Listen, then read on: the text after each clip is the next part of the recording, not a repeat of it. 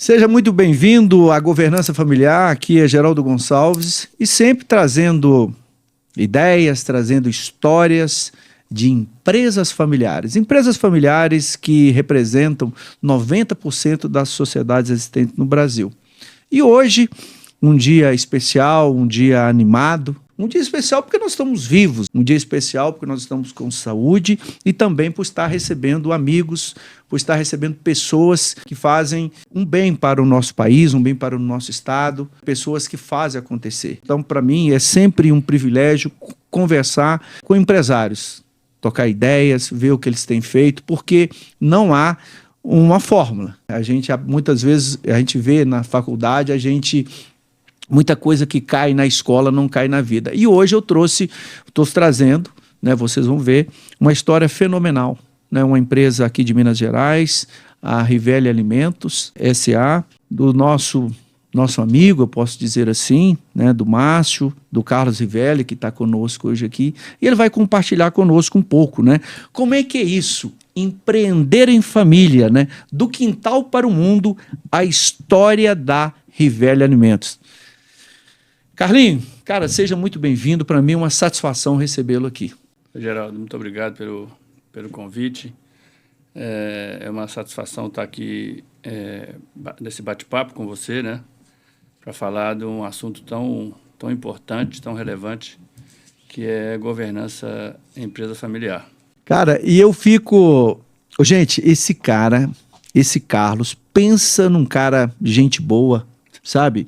E não, sabe, eu falo aqui, cara, não é jogando confete, sabe? Eu já tive o privilégio de encontrar com você, a gente fazer outros eventos e tal, e ver a simplicidade que é você, a simplicidade do seu sócio, como é que é a sua empresa, né? E assim, o empenho dos seus colaboradores, né?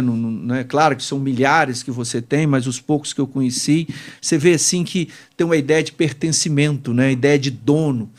Cara, isso é fantástico. E aí você me mandou um livro, eu já sabia daquele livro, mas foi ótimo você ter mandado, porque, né, aí veio na fonte, né? O cara escreveu um livro, né, da história da Rivelli, na realidade a história do Carlinhos, a história do Márcio, a história de como é que começou isso, né, cara? E aí tem lá, no peito e na raça, aí você fala lá, começou a criar uns franguinhos no quintal. Como é que é isso, Carlos? Conta para nós um pouquinho disso. Então, nós somos de uma família muito simples, né? Meus pais eram pessoas simples, somos todos simples até hoje. Estão vivos, seus pais estão vivos. Meu pai faleceu em 21 e minha mãe ainda é viva. Amém. Mas sempre foram empreendedores. Meu pai sempre foi muito empreendedor, apesar de ter uma vida não muito farta, né? Mas sempre foi uma pessoa que correu atrás. Minha mãe também, da mesma forma, muito valente, muito brava, em todos os sentidos, né? De ajudar a família e tal, né? E nós fomos educados de uma forma onde que o trabalho era uma das coisas importantes, desde cedo, né? Para você ter uma ideia, meu irmão mais velho, com 8 anos de idade, ele buscava leite na roça, a cavalo, todos os dias, trazia o leite e vendia na cidade, entregava o leite na cidade. No litrinho ali e tal? No litrinho, enchendo o litrinho, isso com 8 anos de idade. Com 10 anos, meu pai mandou ele sozinho levar arroz para pilar numa cidade próxima, 20 e tantos quilômetros de distância, a cavalo. Né? Nossa, então, assim, era essa... E nós sempre fomos muito estimulados com essas coisas, assim. Minha mãe nos colocava para fazer as tarefas de casa, engraxar sapato... Vender picolé. Vender suco no campo de futebol. Um chup-chupzinho. A gente, naquela época, não era nem chup-chup, a gente fazia as jarras e vendia o copo do suco no campo, né? Então, era assim, sempre fomos assim, muito nessa linha, fazer uma horta e vender verdura para os vizinhos, e tudo com aquele propósito de ganhar um dinheiro, ajudar nas despesas, e também tínhamos aquela cultura de poupar, né, de juntar o dinheiro, de dar caderneta de poupança naquela época, né, BMG, esquilinho, todas essas coisas eram a nossa realidade. E foi com esse recurso que nós começamos, no quintal de casa. Nessa época a gente já morava em Barbacena. E nós estamos falando de que ano é esse, mais ou menos assim? 78, 79, mais ou menos. Eu tinha 14 para 15 anos, o Márcio tinha 15 para 16. E a gente construiu um galpãozinho no fundo da horta e fomos criar os frangos, 400 frangos, botamos 400 pintinhos para criar. Eu vi lá no livro. E fomos Achei criar. o máximo aquela ideia, cara. E assim, foi um grande aprendizado para nós, né? Porque assim, nós iniciamos sem um planejamento, criamos os frangos, o frango ficou velho. E aí, na hora de vender... E agora, né? Agora, vou fazer o quê? Fazer 400 frangos? 400 frangos. É muito frango, né, Carlinhos? Para a época era muito frango, né? Para a nossa família, né? E aí, meu pai teve a ideia de a gente vender na feira, né? E a gente aceitou a ideia dele. E eu digo que tenha sido, talvez, o desafio que virou uma grande oportunidade, porque... O período que nós vivemos na feira, trabalhando na feira, foram mais de 10 anos trabalhando na feira, foi talvez a melhor escola que nós tivemos. Tá no tete a tete, no dia a dia, né? Convivendo com pessoas de todo tipo, né? Você tinha pessoas muito boas, pessoas não tão boas, né? Você tem gente rica, gente pobre, gente... Então, assim, essa convivência com as pessoas foi realmente um dos principais... fatores que nos contribuíram no nosso negócio, sabe? Cara, e Carlinho, engraçado porque quando eu li o seu livro, o livro, né, da história de vocês, da história da sua família, porque ali vocês reúnem muitas coisas, né, valores, e eu acho que isso que faz a diferença. Você mesmo me chamou a atenção, Carlinho, eu achei o máximo, eu fiz questão de anotar aqui, tem uma frase lá no livro, fala assim: não somos pobres, somos médios. Pobre é quem é pobre de espírito. A felicidade está dentro da gente. Né? Isso foi dito pela a dona Berenice, né? A sua mãe. Né? Como é que é essa questão dos valores, né, da família Rivelli? Como é que é isso, Carlinhos? Então, a minha mãe sempre teve essa questão, assim, ela... de origem de uma outra família, né? Lógico, que não era do meu pai, de 14 irmãos. 14? E todos eles também muito empreendedores, sabe? Saíram de Rio Espera, foram parar no Rio de Janeiro com frigorífico também, com atividade frigorífica, assim. E minha mãe... E meu pai vivia uma vida mais simples do que a maioria da nossa família. Do outro lado, né? Dos cunhados, vamos dizer. Dos cunhados, né? E isso, mas ela tinha essa preocupação de que a gente não admitisse que essa questão fosse trazer algum tipo de preconceito ou que coisa. Então ela sempre falava com a gente o seguinte: a gente tendo saúde, o resto você vai correr atrás que vai resolver, as coisas vão acontecer.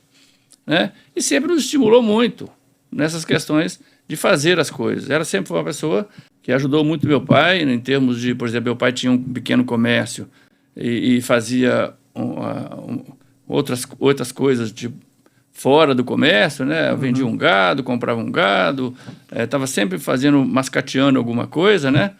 E ela ficava ali tomando conta do comércio, acordava cedo, nas horas vagas fazia um crochê para vender, costurava para dentro de casa, enfim, e nos colocava também para fazer as coisas, né? Então, assim, ela foi essa pessoa que não admitia que a gente fosse derrotado. Então, isso era uma coisa que sempre foi muito forte dela, né? Era aquela pessoa que nos estimulava. E a gente, né, mas em contrapartida, o meu pai e minha mãe, muito rigorosos com certas questões, né, de valores, tipo religiosidade. Então, meu pai era muito religioso, fazia questão que a gente cumprisse todas as questões, honra.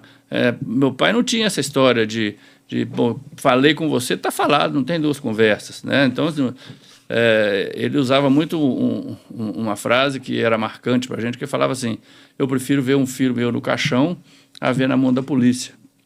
Quer dizer, para ele, você honrar, você fazer as coisas corretas, e muito ligado com a questão do trabalho, honestidade, muita ética, muitas questões, né?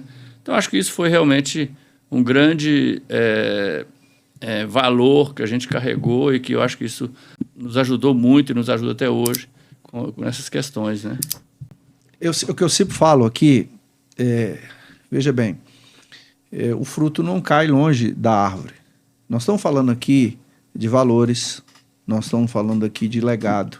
Então, os negócios familiares, eles são construídos em cima disso. A história aqui da Rivelli, eu vou colocar aqui na tela, a capa do livro, né, No Peito e na Raça. Isso é muito esclarecedor porque a maioria das empresas foram iniciadas pelos seus fundadores lá atrás com quase nada no bolso, da forma que está aqui nesse livro que vocês vão ver, No Peito e na Raça. Até mesmo por uma questão de sobrevivência, porque você, hoje, que é sucessor, vendo as coisas se desenvolverem, muitos acham o seguinte: foi fácil na época do meu avô, foi fácil na época do meu pai. Não foi. Não foi. O negócio familiar, ele tem seus desafios, como tem os negócios hoje, você que está sucedendo, né, tem os seus desafios. Mas foi muito difícil lá atrás. Mas tem uma coisa chamada valor. E uma outra coisa que eu estou ouvindo aqui de você, Carlos, é o seguinte: os plantios. Porque muita gente, Carlinhos, é um bom começador, mas um péssimo terminador. O cara começa um negócio e aí, de repente, tem as dificuldades, né, Carlinhos? Não são poucas. Não são poucas. E ele vai e desiste. Eu sei que você é produtor rural, você, enfim, você gosta de lavoura também. Você planta um milho, planta uma soja, etc. Você vai lá amanhã, não aconteceu nada. Você vai lá daqui 3 dias, não aconteceu nada. Mas ali debaixo da terra está acontecendo reações químicas que não estão a olho nu. Quando a sua dona Berenice, a sua mãe, ela falava, e está no livro, está muito escrito isso, ela falava de perseverança. Talvez não usasse essas palavras, mas falava de determinação. Mas o seu pai falava de honra, de respeitar, de cumprir com a palavra, para ter crédito. E isso é fantástico. Hoje você olha para trás, pô, mas a Rivelli, como outros tantos negócios familiares, mas você não sabe quando começou, né? E aí que vem, Carlinhos, que eu quero ver com você, essas histórias, por exemplo, que eu vi quando vocês mudaram lá para... Teve um episódio lá no livro que vocês mudaram para o Vale do Aço e você foi vender sorvete lá no Xodó. Só que é quente demais, o sorvete derretia, né? Como é que é isso mesmo? Meu pai sempre viveu assim inquieto, né? Porque assim, tinha essa ansiedade de buscar oportunidades para nós, né? O primeiro grande desafio dele foi exatamente isso, sair de Brás Pires, que ele tinha uma vidazinha relativamente tranquila lá. Tava ali no seguro, no sítiozinho dele, vivendo a vidinha. Um comérciozinho no centro da cidade, uma cidadezinha de 3 mil habitantes. Então, assim, muito tranquilo. Mas ele tinha essa visão de que ele precisava de gerar oportunidade para nós. Os filhos ali, lá sequer tinha 2º grau. Então, assim, a importância de estudar. Quando ele resolveu mudar para Barbacena, né, foi exatamente com essa questão. Olha, pelo menos aqui vocês vão ter oportunidade de estudo. Muitas portas vão abrir. Mas as coisas não estavam muito bem lá no início. Ele passou muita dificuldade. Essa mudança para ele foi muito difícil. Sabe, ele teve muitos percalços lá. E naquela época o Vale do Aço estava explodindo, né? Então tinha alguns conhecidos lá que... Não, vem para cá, que aqui tem emprego para todo mundo, tem oportunidade para todo mundo. E assim, meu pai não pensou 2 vezes, cara. Vambora. Botamos todo mundo no caminhão e fomos embora. E era de caminhão mesmo? De caminhão, botamos as mudanças e fomos lá. Eu me lembro que eu vim deitado no chão da carroceria? Não, eu fui no chão da frente. Meus irmãos na carroceria mais velho, eu era o mais novo, eu vim deitado ali no... Rapaz, se fosse hoje, seu pai seria preso. Era loucura. Com certeza, era uma loucura. Mas chegamos lá, uma família com 6 irmãos. Meu pai e minha mãe, quer dizer, éramos 8 pessoas, E chegamos uma casinha de 4 cômodos, num calor, já era dezembro, um calor absurdo. Senhora.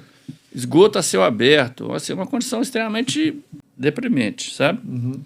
Mas assim, chegamos, vamos, aqui, né? vamos correr atrás. O meu irmão saiu para a rua, vamos procurar emprego, arrumou um emprego numa sapataria lá para vender sapato também. E eu e meu irmão saímos, a gente tinha essa vontade de vender picolé, porque lá em Barbacena a gente tentava e não conseguia. Porque tinha uma sorveteria lá, vamos lá, fomos na sorveteria e chegamos, nós dois lá, eu tinha 10 anos e o Marcinho tinha 11, e chegamos, pedimos, pegamos 2 caixas de isopor e saímos vendendo picolé. Já estou empregado, né?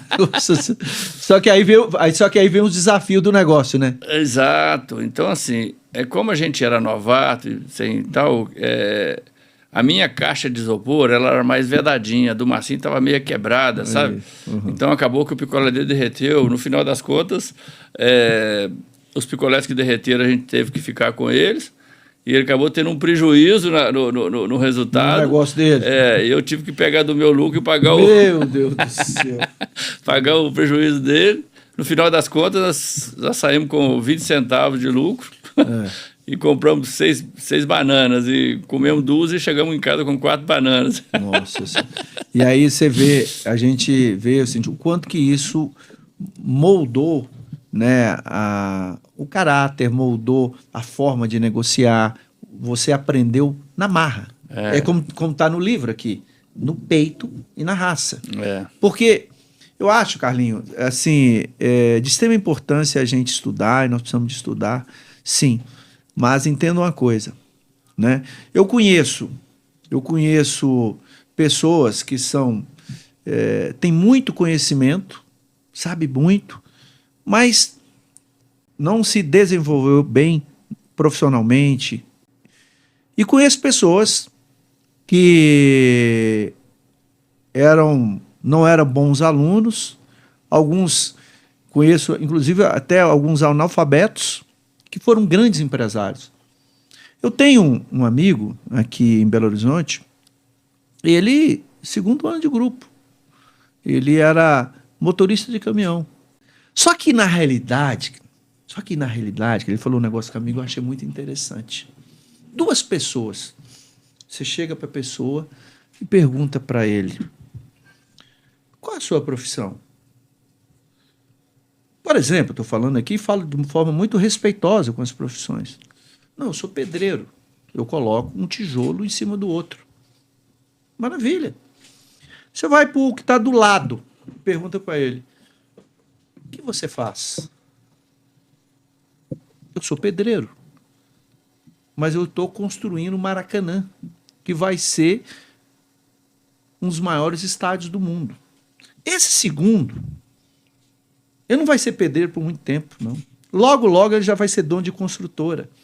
Então, essa veia empreendedora, Carlinho, eu acho que isso é difícil você aprender na escola. Você aprende com Dona Berenice. Você aprende dentro de casa, né? E aí eu digo para você, diz que a gente é a média, né, Carlinhos, das pessoas que estão próximas de nós. O mineiro Guimarães Rosa disse que é perto dos bons que a gente fica melhor.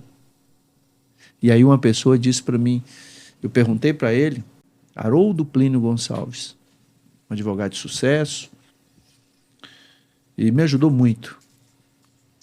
E conversando para ele, ele disse, o homem tem que ser ativo e probo. Aí eu falei, eu gostaria que me explique mais isso aí, né? Essa questão da probidade. Aí ele falou assim, probidade é talento moral. É berço. É a Dona Berenice, é minha mãe, é meu pai.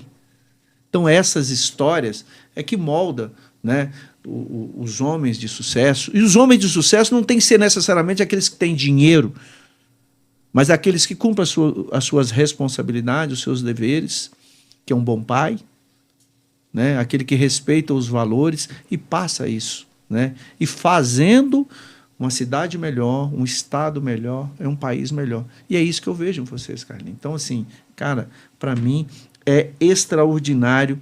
Mas aí, Carlinhos, olha para você ver que máximo aqui que eu queria ver com você, porque eu vejo isso muito de persistência, Carlinhos, de você. Me parece assim, parece que a persistência é a irmã da sorte, né?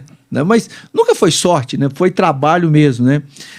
E aquelas pessoas que muitas vezes caem, mas tem que levantar e que continuar.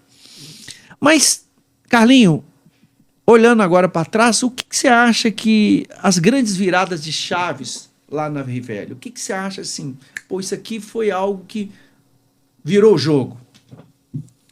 Pois é, Geraldo, assim, eu diria que nós tivemos muitos motivos para desistir. Tivemos muito, com certeza, não foi poucos não. Foram muitos motivos, assim. Você imaginar que o primeiro galpão de frango que a gente construiu, que era um galpão um pouquinho maior do que para 3.000 aves, né? No primeiro lote de frango que nós fomos criar, nesse galpão, deu um vendaval e destelhou esse galpão e matou quase 100%. Matou 2.000 frangos. E aí a gente tinha tudo, acabou tudo. Mas imagina, chegamos lá no sítio, nós encontramos com as telhas lá no meio, lá na porteira. E o galpão todo destelhado, chovendo, molhando tudo, morreu os frangos todos. Mas nós não desistimos. Nós demos volta por cima, fizemos novamente. Fizemos diferente, claro, mas fizemos novamente, sabe? Quando a gente estava iniciando lá na minha casa, não sei se você lembra dessa história no livro, uma vizinha nos denunciou na vigilância sanitária. E eles estiveram lá e determinaram que a gente paralisasse as atividades. Mas nós não paramos, não. Nós continuamos, sabe? Reformamos, fizemos e continuamos, sabe? Foram muitas crises, tivemos muitas crises financeiras, muitas dificuldades em momentos difíceis, sabe? A atividade da avicultura é uma atividade difícil e superamos muitas delas, né? Sempre com o crédito, com as pessoas do nosso lado, sabe? Um dos maiores desafios que eu falo, assim, quando nós saímos do fundo da horta lá de casa e fomos para a estrutura nova na época, né? Isso em 1992, nós abatíamos 1.500 frangos por dia no fundo da horta lá de casa. Sério? 1.500 frangos lá.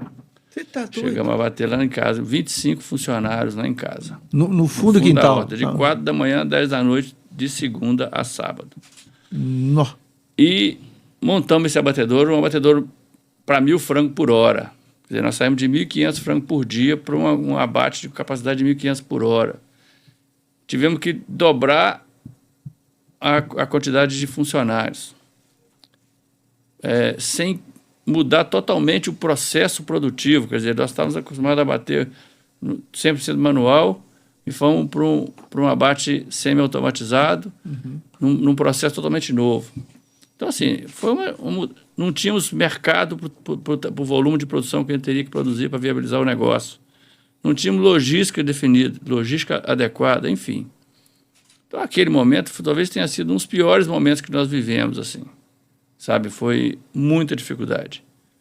Mas, de novo, com muita determinação, com o esforço da equipe toda, com clientes, fornecedores e toda a ajuda das pessoas que sempre tiveram do nosso lado e acreditaram na gente, nós superamos aquilo. Então, assim, é muito legal a gente rever esses fatos, porque realmente tivemos muitos motivos para parar. E, graças a Deus, hoje nós estamos aqui com uma empresa sólida, estruturada, são mais de 4.000 funcionários. 4.000 funcionários. E hoje, eu posso te dizer o seguinte, um dos grandes pilares dessa nossa história são os valores que a gente carregou da família. A honra, a honestidade, valorizar as pessoas E assim, isso sempre foi um dos grandes pilares que nos fizeram superar todos esses desafios que a gente teve desde o início. Bacana, cara. Eu não conhecia essa parte aí, né? Mas você tocou num assunto que eu quero explorar um pouquinho. Veja, gente, o erro, você falou aí do erro, né? Quando você construiu o galpão e certamente, enfim, talvez não foi bem projetado, enfim, o certo é que deu errado. Infelizmente, nós, ocidentais, latino-americanos, nós entendemos o erro, ou muitos entendem o erro como fracasso. Eu errei, eu fracassei. Acontece que o erro, quando bem entendido, o erro pode ser muito pedagógico.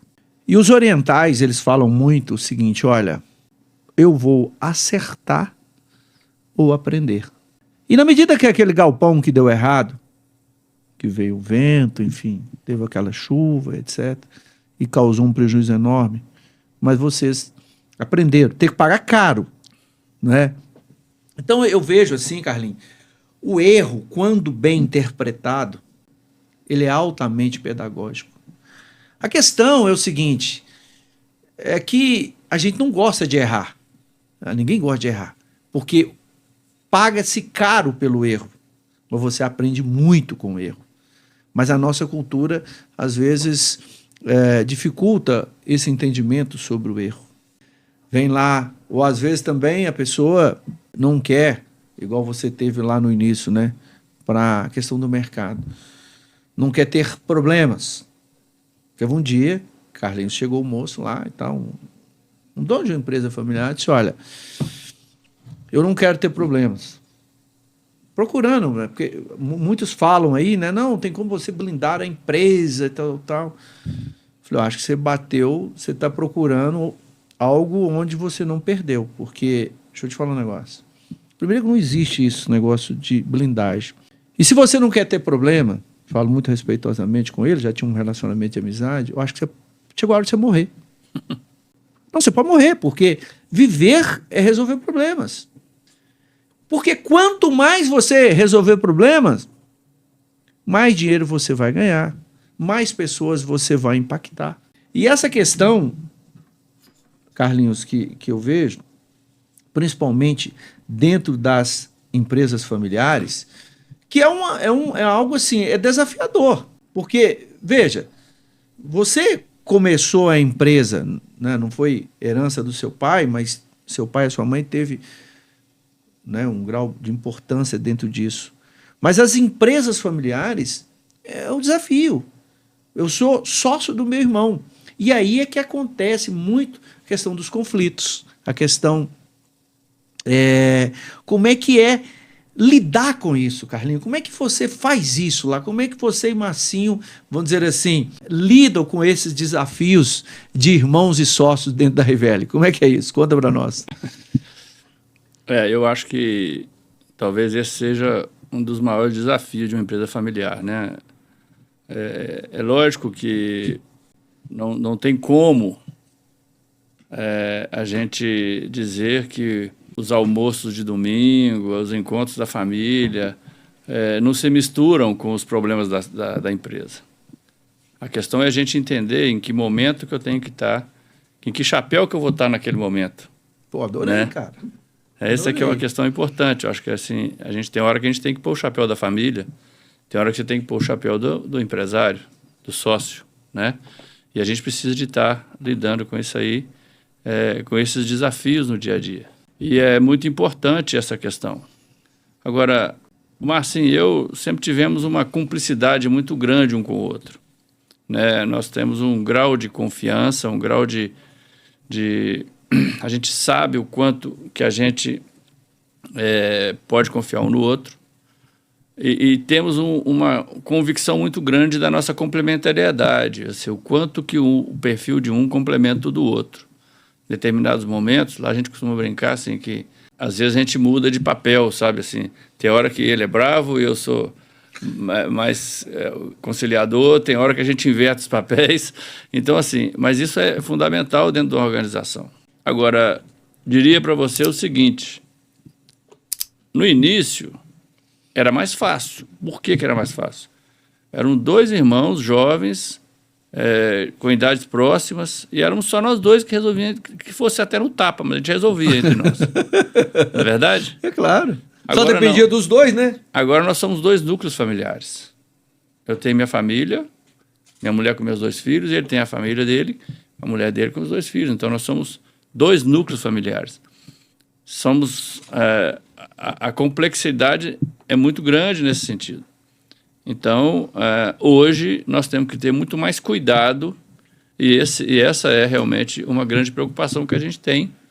E a gente trabalha isso no dia a dia para que a empresa continue crescendo, esteja sempre, cada dia com mais profissionalizada, com inovações, atendendo às exigências que o mercado demanda no dia a dia, e que nossas famílias também mantenham a harmonia, mantenham... Então, assim, a preocupação com o cuidado com as pessoas é muito importante para que a gente consiga conciliar essas 2 questões de sócios e família. Olha só, pessoal, na empresa, né, nós estamos falando aqui, em outras palavras, de perenidade, de continuidade dos negócios familiares. Infelizmente, as empresas familiares, de um modo geral, empresas essas que representam 90% dos negócios existentes do país, nós temos uma grande dificuldade de passar da primeira para a segunda geração. Porque da primeira geração, igual o caso aqui, eles se escolheram, né, são irmãos, mas se escolheram como sócios. E eles são donos. Né? Por quê? Igual ele disse no início, olha, nós somos irmãos, mas fundamos, somos donos, e a gente resolvia, dependendo da situação, falou, claro, num tom de brincadeira, mas até no tapa, né? Porque eles se entendiam. Só que aí, a empresa cresce, vem os colaboradores, a família cresce. Então eu quero falar com você, que é filho do dono, você que é sucessor, você não será dono. Exatamente. Dono é a primeira geração. Você será sócio. E quem é sócio tem patrão, tem que dar satisfação. Se isso não acontecer, Carlinho, nas empresas, eu vejo isso muito nas empresas, os sucessores não são preparados e os conflitos, eles podem existir, porque isso é inerente da relação humana, isso acaba desaguando dentro do negócio. Daí a importância da gente não só profissionalizar o negócio, igual você faz muito bem lá, você e seu irmão, Marcinho, mas entender também a família, profissionalizar a família, que elas vão herdar, elas vão suceder um negócio que elas não escolheram. Então, querer que esse negócio continue, querer que esse negócio dê certo, tem que haver esse alinhamento, né? Essa profissionalização. Então, se você quer que o seu legado se perpetue, se você quer a continuidade do seu negócio, cuide não só de profissionalizar a empresa, mas principalmente de profissionalizar a sua família. Carlinho, mas você falou uma outra coisa que eu achei o máximo. Tem um negócio, Carlinho, que eu adoro, que é o Valtinho Moreira Salles, que é um sucessor do banco, Itaú Unibanco, né? E ele fala exatamente do chapéu que você falou aí. Com qual chapéu você está aqui agora? Né? Você está com um chapéu de irmão, um chapéu de dono, né? Com qual chapéu você vai estar aqui? Porque isso muda, porque, veja bem, na medida que você está aqui, né, com seu irmão, por exemplo, conversando, ele pode estar, você está com o chapéu do irmão, mas como, dependendo da situação na empresa, o papo é outro. O papo é outro, né? O chapéu de dono, o chapéu de empresário, o chapéu das responsabilidades, né, de 4.000 funcionários, enfim, desses produtos todos que vocês produzem, que impactando não só a realidade de vocês, local, regional, estadual, mundial. Gente, depois nós vamos falar de produto, que eu sou consumidor, produtos Rivelli, tá? Mas eu não sabia. Eu não sabia. Carlinhos, quantos produtos, cara, que vocês têm? São muitos. São muitos produtos. É. Mais de 70 produtos da origem do frango só. Nós vamos colocar aqui, ó. Vou colocar na tela aqui agora. Alguns produtos da RVL, um desses aqui eu compro. E é algo assim que dá orgulho pra gente. De onde você veio, o que você fez, né? E saber, cara, valeu a pena, né? É algo extraordinário. Meu Deus do céu. Por isso que as empresas familiares têm assim sabe, que enche os olhos da gente, né? As empresas que dão certo. Top, Carlinhos, top. Mas aí, Carlinhos, eu quero ver com você como é que é esse papo, vamos dizer assim, da governança ou da perpetuação desse legado, dessa história bonita que você contou, da origem da sua empresa, para as futuras gerações. Igual você disse, nós nascemos com 2 irmãos, agora nós temos 2 braços familiares e nós esperamos, né? Você não disse essa palavra, mas nós esperamos a perenidade, a continuidade desse negócio. Como é que é esse papo de governança, desses alinhamentos dentro da família? O que você pode dizer para nós? Então, Geraldo, é o seguinte, essa é uma preocupação que a gente tem já há algum tempo, sabe? Desde 2014, nós iniciamos um planejamento sucessório na empresa. Desde 2014? Desde 2014. Já tem 10 anos e nós estamos ainda com algumas... Estamos bem evoluídos, tá? Mas precisamos de... Porque isso é um trabalho contínuo. Não para. Não para, é um processo. É um processo contínuo. Contínuo. Né?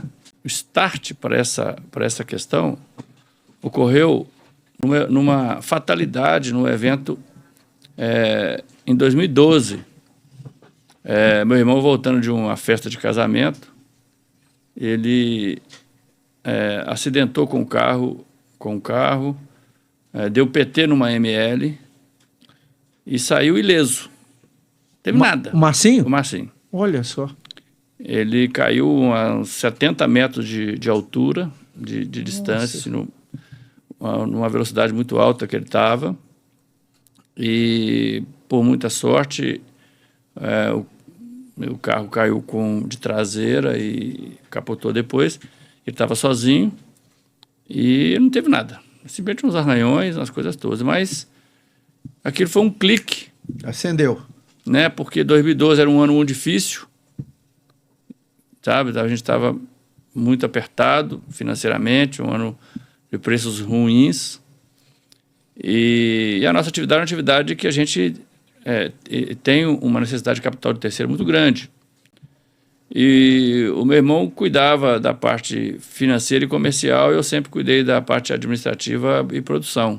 Na cabeça dele só passou um filme que é o seguinte, olha, se eu tivesse morrido, certamente a empresa ia à falência. Nossa.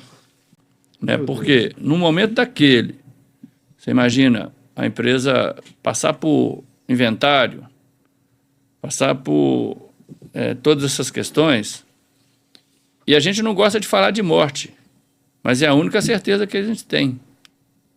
Não é isso? Então, aquilo deu um clique. E daí nós começamos a pensar de como profissionalizar a empresa para que ela não fosse dependente de ninguém. A verdade é essa, nós não podemos pensar só na gente, não. Ela não pode ser dependente de ninguém. As pessoas passam e a empresa precisa de perpetuar. E daí a gente iniciou, contratamos um profissional de fora, ele veio, era um cara de mercado. Num primeiro momento ele assumiu a diretoria administrativa financeira do negócio e nós começamos a fazer um trabalho e esse planejamento sucessório em 2014 nós contratamos a consultoria e iniciamos fazendo todo o diagnóstico da empresa, formalizamos a ideologia da empresa de missão, visão, valores, desenvolvemos o organograma da empresa, futuro, toda a estrutura e começamos num planejamento de governança patrimonial, familiar. Nós escrevemos o nosso protocolo de família, envolvendo todas as pessoas da família, as esposas e os filhos. Construímos esse protocolo de família de uma forma muito robusta, que esse protocolo de família virou a base do nosso acordo de sócios, né? Isso a gente vem trabalhando há 10 anos, né, nesse assunto. Hoje a gente tem a estrutura da empresa já profissionalizada. Meu irmão e eu já não atuamos mais como executivos, estamos indo para o conselho. A família, foi criado um conselho de família, onde os primos têm os rituais de conversas que são importantes. A empresa tem a estrutura já de CEO, da diretoria toda formada, e nós estamos nessa evolução, né? Então, assim, é muito importante. Eu acho que o que eu digo é o seguinte: isso é um processo contínuo. A família não para de crescer. Eu já tenho 3 netos. Você já tem neto? 3 netos, né? Meu filho mais velho já tem a família dele, com a esposa dele. Então, assim, e isso vai impactando em todas as questões. A grande realidade é que a gente precisa de ter os fóruns para ter as conversas difíceis, porque são conversas, precisam de ter essas conversas difíceis. E o melhor caminho é a gente buscar bons profissionais para assessorar esse processo e contribuir, porque senão as conversas não acontecem. E essas conversas precisam de acontecer, os assuntos que são difíceis precisam de acontecer, né? A gente sabe que as pessoas são diferentes, as pessoas têm pensamentos diferentes, né? E todos têm que ser respeitados, que o que mais importa, na verdade, é a felicidade de todo mundo. E a empresa, ela precisa de ser profissional, independente dos conflitos e das questões familiares que são normais de qualquer núcleo familiar. Carlos, cara, você... Parabéns, viu, cara? Você sabe que eu sou um admirador, sempre fui, assim, eu tive, né, já te falei isso, né, conheci você lá nos eventos aqui de Belo Horizonte, no Avicultor, e só faz eu admirar mais você, cara. Você tá de parabéns, né, o Marcinho de parabéns, a Rivelli tá de parabéns, assim, os colaboradores da Rivelli, e aqui eu mando um abraço para todos vocês, porque, olha... Eu não sabia, olha, que eu acompanho vocês, né, tenho sou cliente, né, eu sou consumidor do Produtos Rivelli, né, com muita satisfação. Eu não sabia, não conhecia o nível de profissionalismo familiar da Rivelli. Eu sei que a Rivelli, né, como produto alimentício, é algo, né, assim, que me deixa alegre, né, a gente gosta de comer coisas boas, né, mas eu não sabia, de fato, o quão evoluído estava a questão. E você, Carlos, a gente falou de tantas coisas aqui, eu vou anotar e eu tenho que puxar aqui algumas coisas. Você falou uma coisa de extrema importância. Assuntos espinhosos. Veja, o brasileiro... falando com você. Nós, brasileiros, não gostamos de falar sobre isso. Gostamos de falar sobre morte. E por não gostar de falar sobre isso, nós não nos preparamos. E aí vem um evento, né? Porque ninguém nasceu com a sementinha da eternidade. Um dia nós não estaremos mais aqui. E essa questão de sucessão é muito mais do que patrimônio. É legado, é história, é continuidade. Quantas famílias, milhares delas, dependem desse negócio aqui, né? E aí você falou de algo que eu sempre falo aqui: os combinados na família, né? O protocolo familiar, né? O conselho de família, são algumas das ferramentas que eu vejo que você está muito adiantado. E o interessante, né, Carlinhos, que a gente não teve aula sobre governança familiar. Carlinhos, eu vou confessar para você, na minha graduação, sabe quantas aulas que eu tive de governança familiar? Nem ideia. Nenhuma. Um assunto tão importante igual esse, não tinha. As escolas não tratavam disso. Né? Para você ver, já tem 10 anos que você está tratando disso. Uma necessidade. Né? Aconteceu aquele evento lá do acidente, aí de repente, né, o Marcinho disse, nossa, e se eu não tivesse mais aqui? Como é que seria?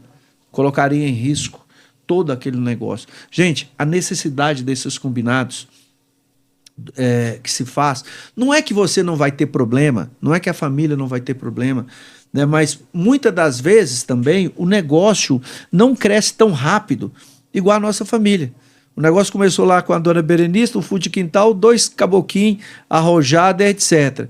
Casaram, tiveram os filhos, alguns já casaram, já tem neto. Nós já estamos aí, então, caminhando para a 3ª geração, uma sociedade de primos.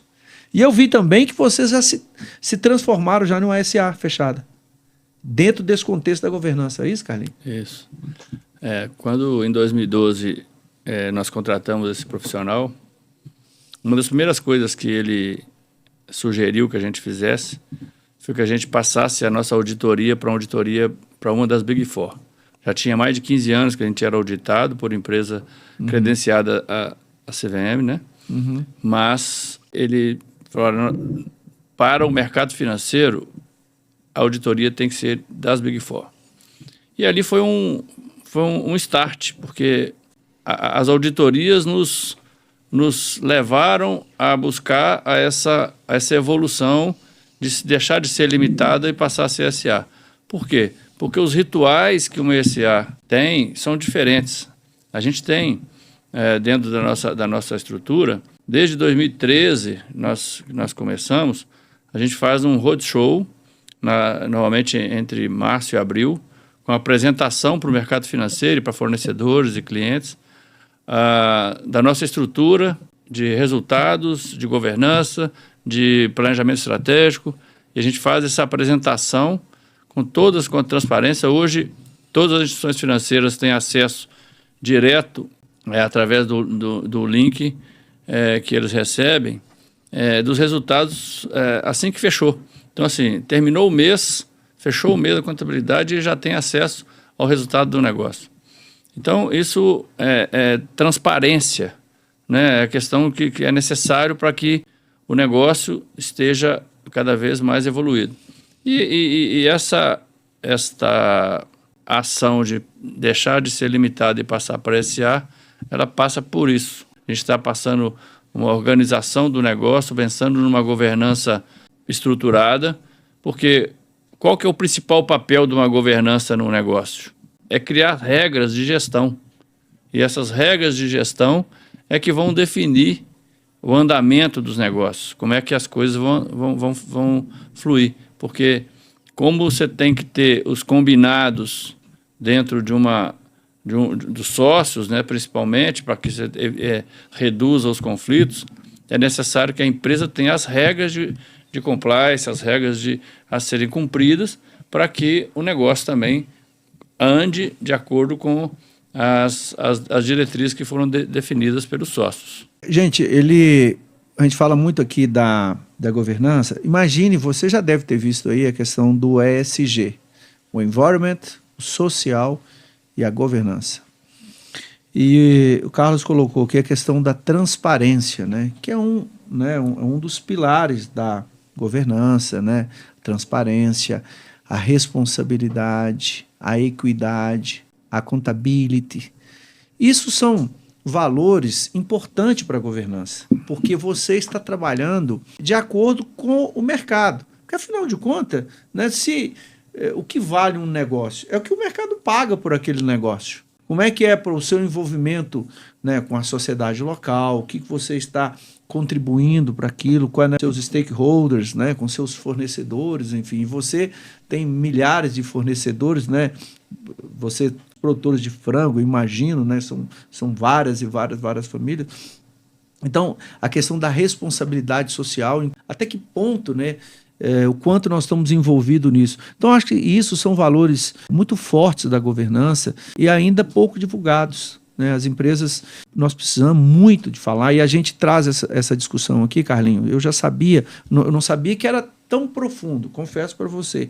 Eu saí daqui hoje muito melhor do que eu entrei nessa conversa com você. E isso é muito bom, porque, né, eu aprendi isso também, a chamada melhora contínua, né, Carlinhos? A gente tem que ir dormir sabendo um pouquinho mais do que a hora que a gente acordou, né?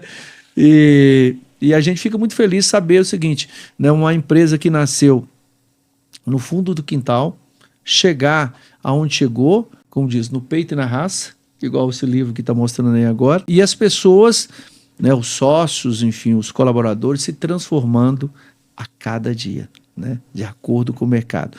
Carlinhos, mas se você, assim, tivesse o poder de voltar no tempo, o que você faria de diferente na história da Rivelli? Olha, Geraldo, eu diria que se eu voltasse no tempo, acho que eu teria feito tudo de novo igual, sabe?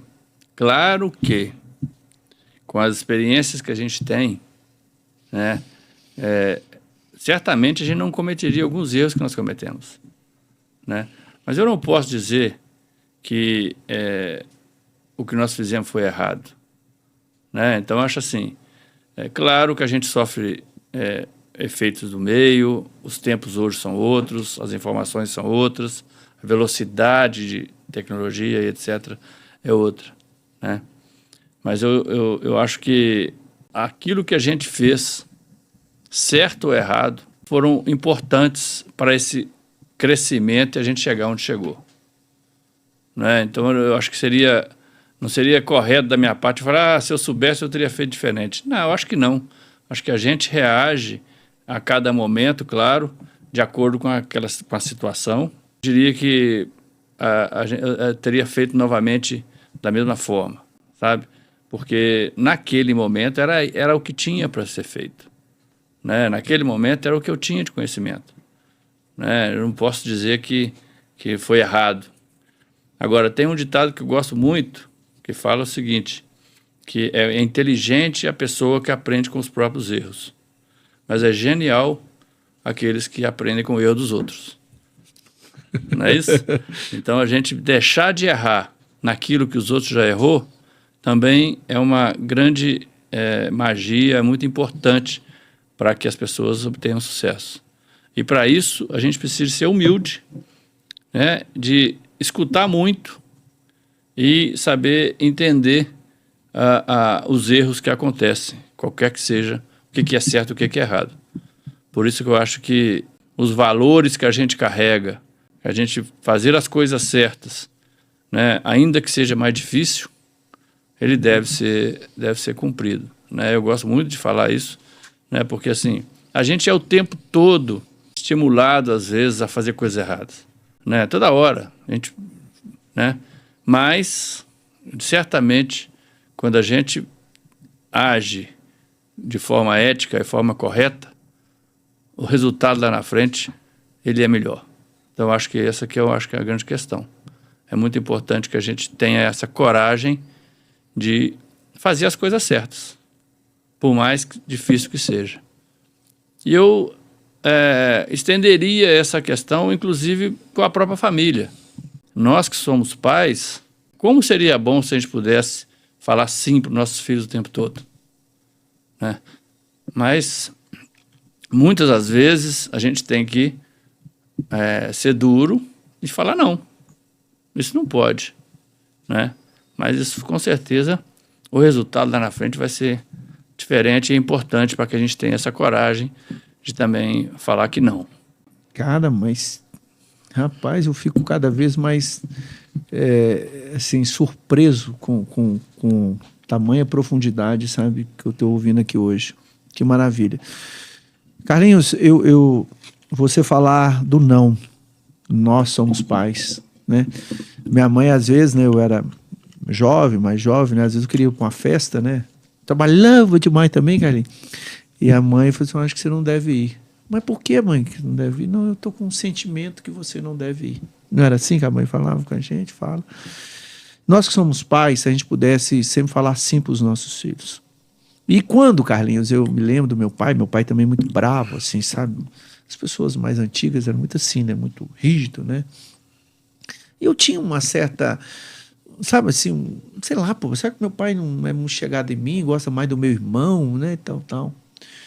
E hoje, olhando para trás, cara, eu vejo o seguinte, pô, que bom que meu pai foi daquele jeito comigo, que bom. Porque, veja bem, Carlinhos, outro dia eu estava conversando com a minha filha, e eu falo isso para você, agora, sucessor de uma empresa familiar. Você nunca teve a idade do seu pai, né? O seu pai já passou por várias coisas, sua mãe já passou por várias coisas. Mas o seu pai já teve a sua idade. Então ele pode descer humildemente aquela idade que você tem, 20 anos, 15 anos, porque ele já passou por aquilo. Mas você não tem a idade que ele tem, 50 anos, enfim, você não tem. Então muitas coisas que o pai fala, a mãe fala do não, mas é um não de carinho, é um não de respeito, é um não de valores, é um não que vai fazer muita diferença para você. E eu digo também para você que você não tem necessariamente que estar na empresa familiar. E pode ser que você nem queira, por exemplo, produzir proteína animal, e está tudo bem, né? Seja médico, seja engenheiro, seja o que você quiser. Agora entenda o seguinte: não tem curso para ser pai. Você nunca frequentou uma faculdade para ser pai, né? Você pode ser engenheiro, pode ser o que você quiser. Então, muitos erros que nós, você, eu, enfim, os pais de modo geral cometem, os nossos pais, com as melhores das intenções, também cometeram conosco, mas eles queriam acertar. Uhum. E é bem provável que os nossos filhos vão cometer esses erros com os nossos netos, mesmo querendo acertar. E quando você une a questão familiar com a questão empresarial, aí é mais desafiador ainda. Então, ter essa sabedoria, ter os fóruns para conversar sobre isso, faz toda a diferença. Porque não dá para eu ter problema com o meu irmão, que é meu sócio, porque no domingo eu vou almoçar com ele. E falar com você, igual você colocou, falar com você, os problemas da empresa eu trato na empresa, os problemas de casa eu trato em casa.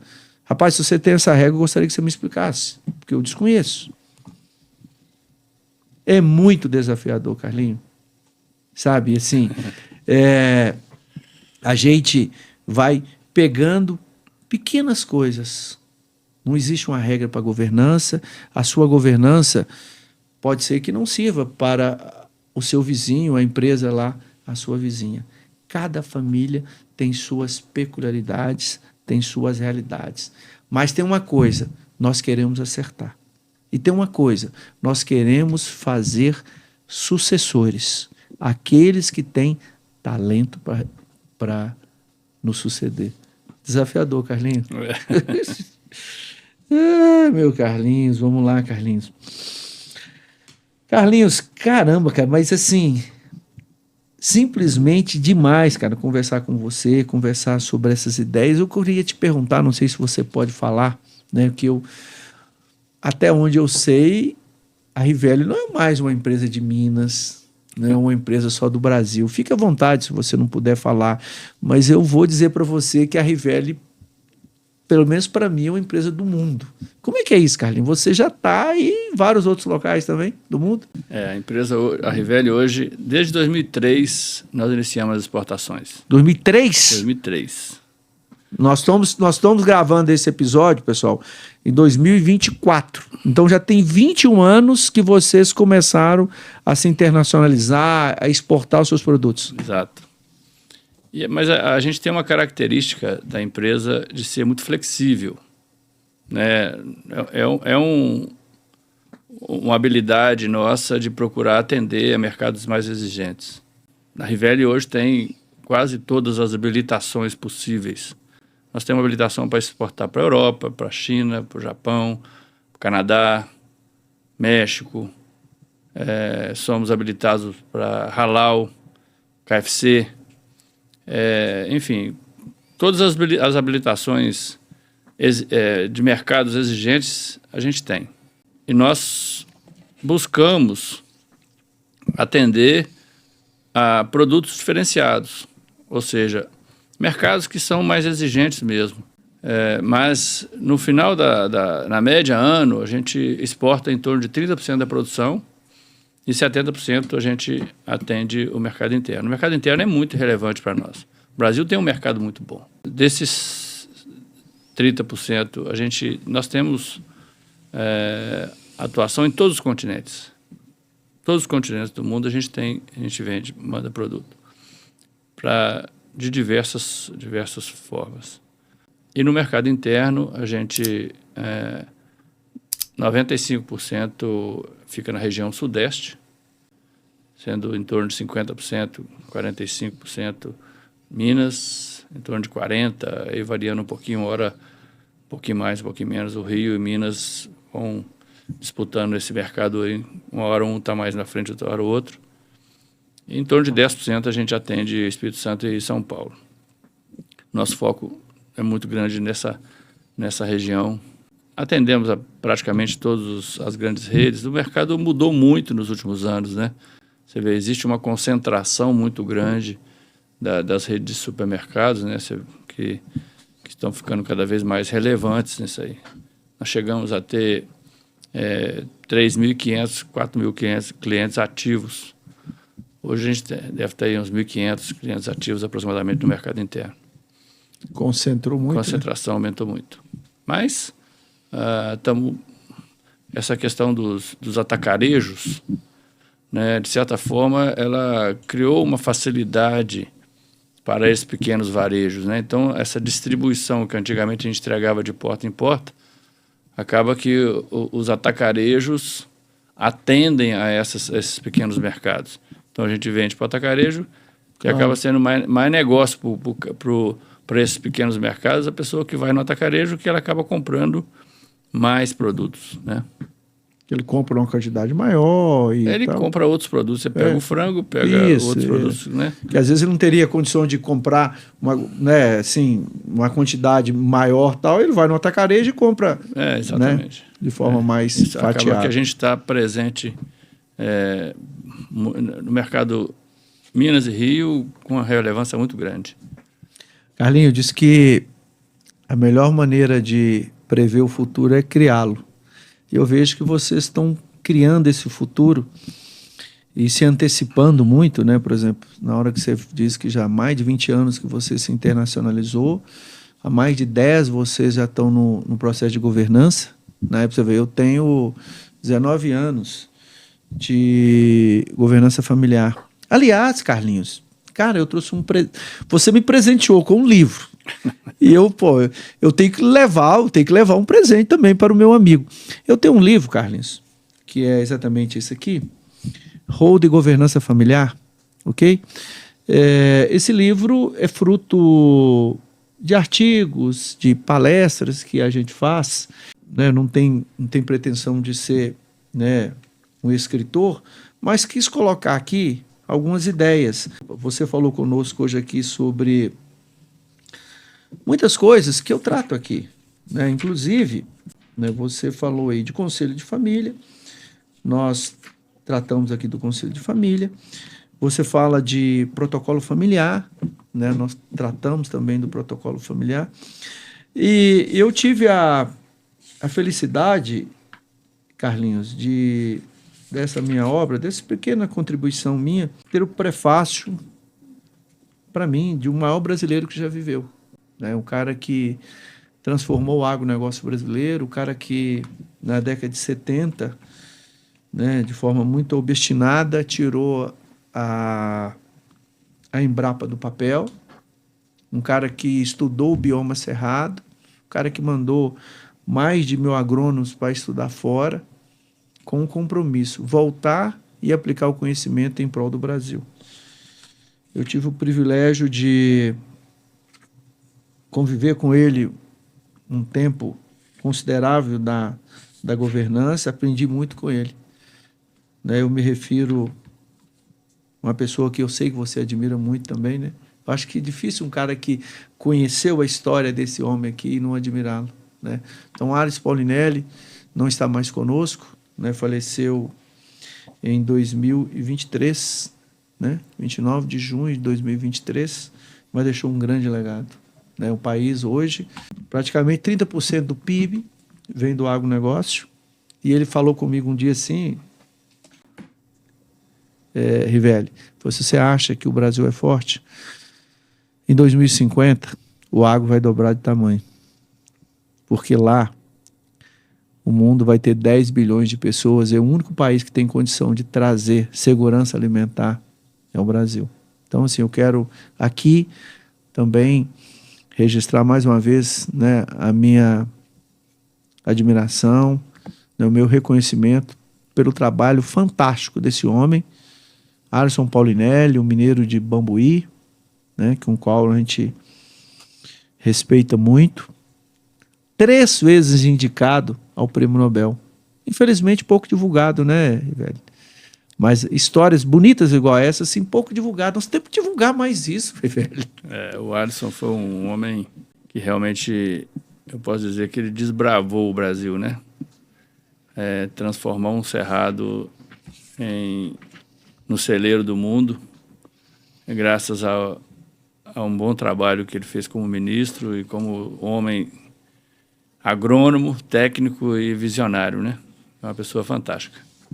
Carlinhos, eu espero que... para mim é uma satisfação poder entregar essa obra, porque saiba que eu saio daqui uma pessoa melhor. Aprendi muito com você hoje. Assim, isso me mostra também, Carlinhos, que a governança é fundamental para as empresas familiares. Sabe? Que bom que você tem feito isso. E nós precisamos cada vez mais, cara. Eu tenho certeza que você está impactando várias outras pessoas. Nós precisamos de divulgar e levar essa governança para mais e mais pessoas. Muito obrigado, Geraldo, pelo carinho, né? Conheço o seu trabalho superficialmente, tenho certeza que isso aqui vai ter muito aprendizado aqui dentro. Faz questão de ler e passar para frente. Cara, nós estamos chegando já ao final, mas eu gostaria, assim, cara, se você pudesse deixar um conselho, sabe? Para os fundadores, para as empresas familiares, o que você falaria? Cuidem das pessoas. A família,